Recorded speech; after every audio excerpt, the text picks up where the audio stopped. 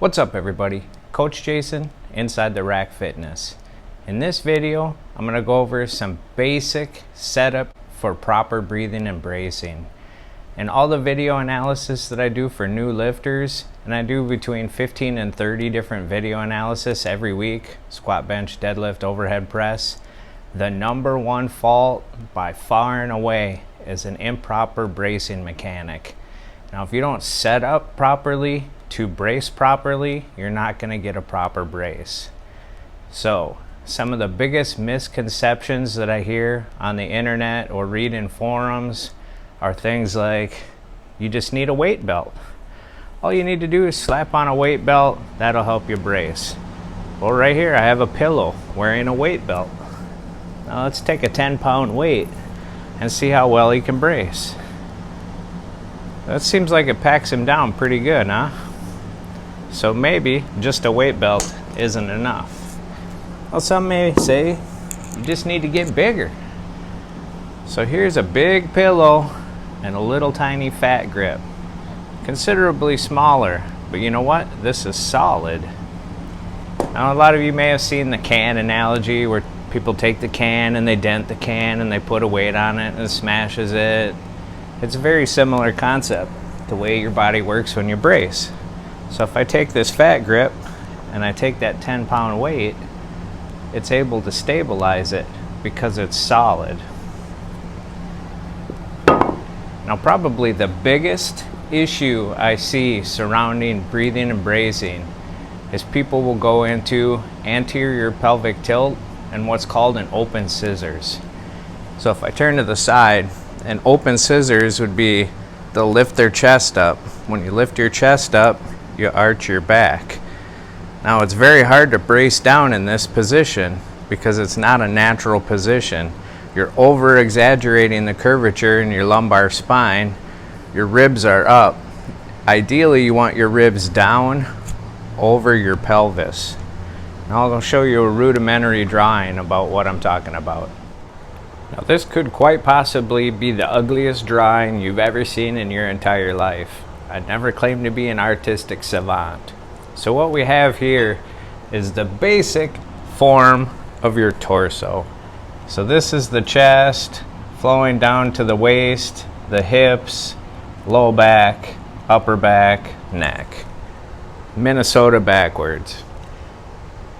So if we have anterior pelvic tilt, or we use that chest up, so you got the high chest flowing down to the waist, the excessive arch in the back, so the chest is not over the hips or the pelvis. So if we're in a stacked position, your chest is going to be brought down, so you have the slight slope of the chest coming down to the hips, so the chest is more over the hips.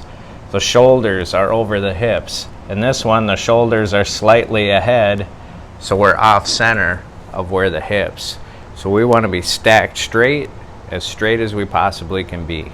So as you can see from my stupid drawing, a stacked position is a much more stable position to brace from. So once we get into this stacked position where we bring our ribs down, they're level with the pelvis, how do we go about bracing from here? Now I have another video on kind of to test if you're doing this right, but the easiest thing to do is take your thumbs and stick them in a few inches to the side of your belly button and push out with the musculature.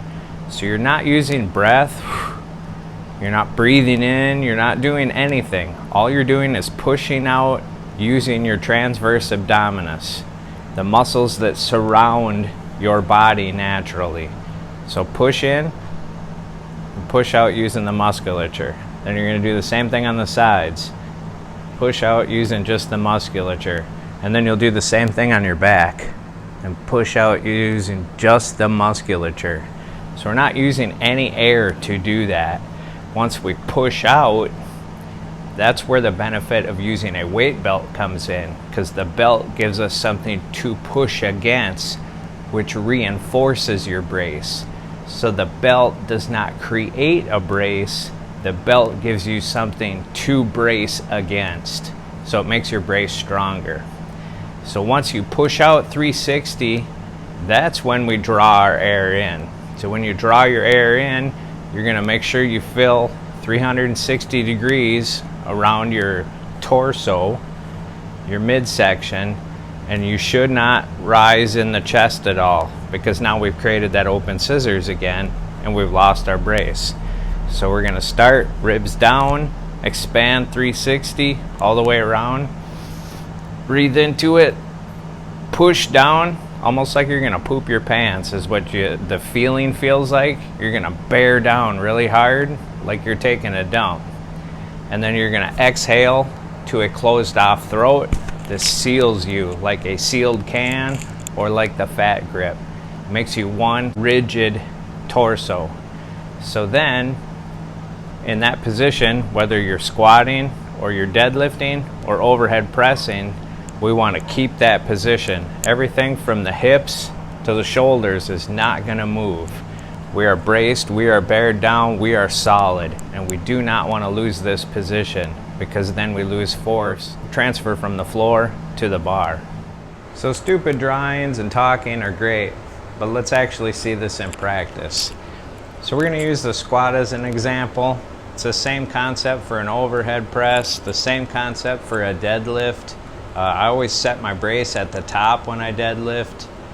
Bench is a little bit different because you're trying to arch, but we'll focus on the squat in this video. So what I like to do is I'll address the bar, I'll make sure I'm centered on the bar, I'm going to squeeze my quads, and I'm going to squeeze my glutes. What this does is center my hips and my body based on opposing muscles. So my hips are where they need to be right now. So from here, I'm going to get underneath the bar, put it wherever you want it, high bar, low bar, doesn't matter. Once again, I'm going to flex my hips and glutes so my pelvis is stable. But typically when we get under the bar, we kind of chest up. So from here, we'll get our back nice and tight, we'll pull our elbows down. Now I need to drop my ribs down till they're level with my pelvis. Now we're not thinking about doing a crunch, so there's no spinal flexion going on here. What we're doing is just bringing our ribs down. So it's a very subtle movement.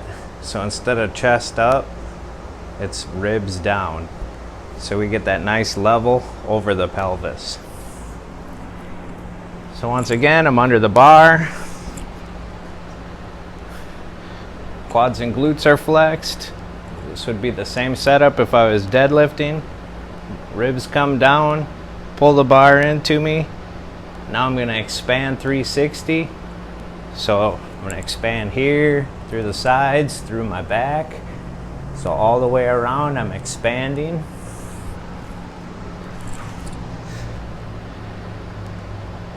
Now I'm going to breathe into that. You don't want the chest to rise when you breathe. I'm going to bear down,